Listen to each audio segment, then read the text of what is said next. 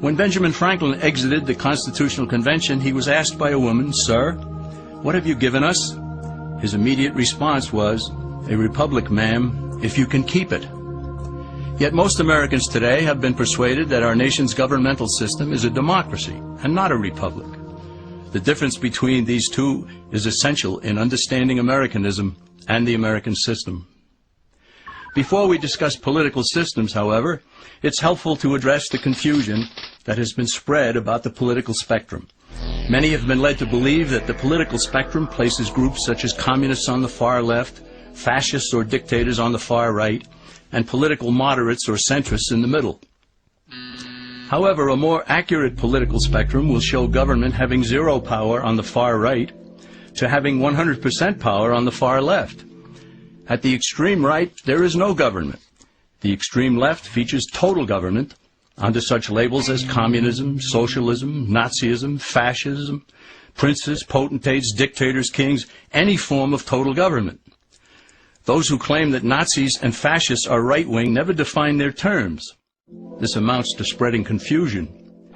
Toward the middle of the political spectrum can be found the type of government limited to its proper role of protecting the rights of the people. That's where the Constitution of the United States is. Those who advocate such a form of government are really constitutional moderates. So let's analyze the basic forms of government. They are monarchy or dictatorship ruled by one, oligarchy ruled by a few, democracy ruled by a majority, republic ruled by law, and anarchy, which is ruled by no one. In discussing these five, we'll see that they can be narrowed down to even fewer. Looking first at monarchy or dictatorship, this form of government doesn't really exist in the practical sense. It's always a group that puts one of its members up front. A king has his council of nobles or earls, and every dictator has his bureaucrats or commissars, the men behind the scenes. This isn't ruled by one, even though one person may be the visible leader. It's ruled by a group. So let's eliminate monarchy, dictatorship, because it never truly exists. Oligarchy, which is ruled by a group, is the most common form of government in all history. And it is the most common form of government today. Most of the nations of the world are ruled by a powerful few, and therefore oligarchy remains. At the other end, we find anarchy, which means without government. Some people have looked over history and found that many of its worst crimes were committed by governments, so they decided that having no government might be a good idea. But this is a mistake, because as the ancient Greeks stated, without law there can be no freedom. Our founding fathers agreed and held that some amount of government is a necessary force in any civilized, orderly society. In a state of anarchy, however, everyone has to guard life, liberty, and property, and the lives of family members. Everyone must be armed, and movement is severely restricted because one's property has to be protected at all times.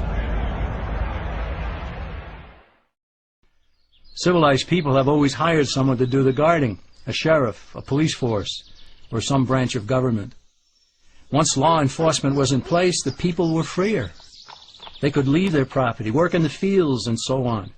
In short, the proper amount of government makes everyone freer.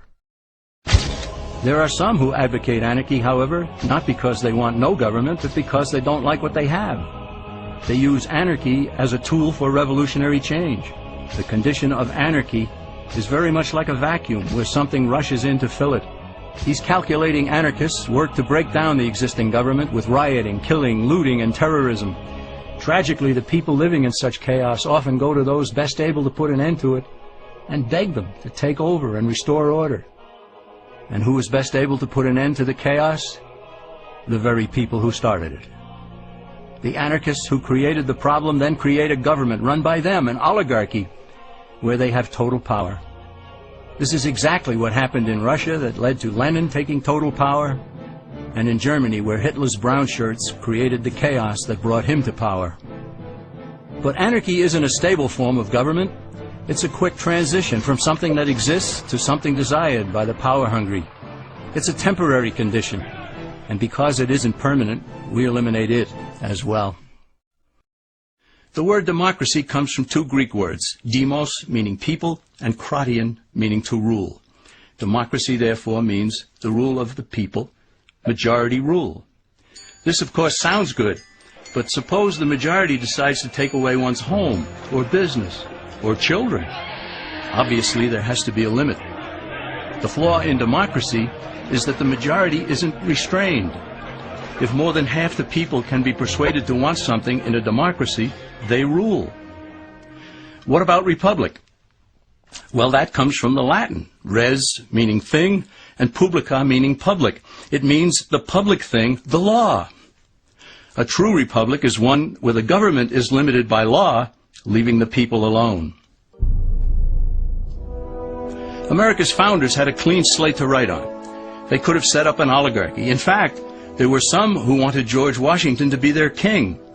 But the founding fathers knew history, and they chose to give us the rule of law in a republic, not the rule of a majority in a democracy. Why?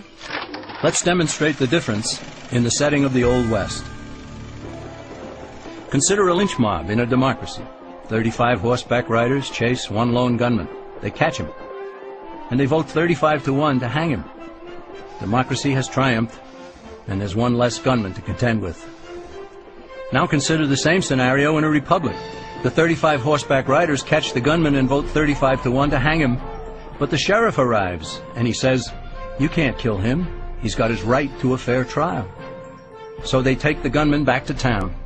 A jury of his peers is selected, and they hear the evidence and the defense, and they decide if he shall hang. Does the jury even decide by majority rule? No, it has to be unanimous, or he goes free. The rights of the government aren't subject to majority rule, but to the law. This is the essence of a republic. Many Americans would be surprised to learn that the word democracy does not appear in the Declaration of Independence or the U.S. Constitution, nor does it appear in any of the constitutions of the 50 states. The founders did everything they could to keep us from having a democracy. James Madison, rightly known as the father of the Constitution, wrote in essay number 10 of the Federalist Papers, "Democracies have ever been spectacles of turbulence and contention, have ever been found incompatible with personal security or the rights of property, and have in general been as short in their lives as they have been violent in their deaths." Alexander Hamilton agreed, and he stated, "We are a republican government. Real liberty is never found in despotism or in the extremes of democracy." Samuel Adams, a signer of the Declaration of Independence, stated, "Democracy never lasts long. It soon wastes, exhausts, and murders itself." The founders had good reason to look upon democracy with contempt, because they knew that the democracies in the early Greek city-states produced some of the wildest excesses of government imaginable. In every case, they ended up with mob rule, then anarchy, and finally tyranny under an oligarchy. During that period in Greece, there was a man named Solon, who urged creation of a fixed body of law not subject to majority whims. But where the Greeks never adopted Solon's wise counsel, the Romans did. Based on what they knew of Solon's laws, they created the 12 tables of the Roman law, and in effect built a republic that limited government power and left the people alone. Since government was limited, the people were free to produce, with the understanding that they could keep the fruits of their labor. In time, Rome became wealthy and the envy of the world. In the midst of plenty, however, the Roman people forgot what freedom entailed. They forgot that the essence of freedom is the proper limitation of government. When government power grows, people freedom recedes. Once the Romans dropped their guard, power-seeking politicians began to exceed the powers granted them in the Roman Constitution. Some learned that they could elect politicians who would use government power to take property from some and give it to others. Agriculture subsidies were introduced, followed by housing and welfare programs. Inevitably, taxes rose and controls over the private sector were imposed. Soon, a number of Rome's producers could no longer make ends meet, and they went on the dole. Productivity declined, shortages developed, and mobs began roaming the streets, demanding bread and circuses from the government. Many were induced to trade freedom for security. Eventually, the whole system came crashing down. They went from a republic to a democracy and ended up with an oligarchy under a progression of the Caesars.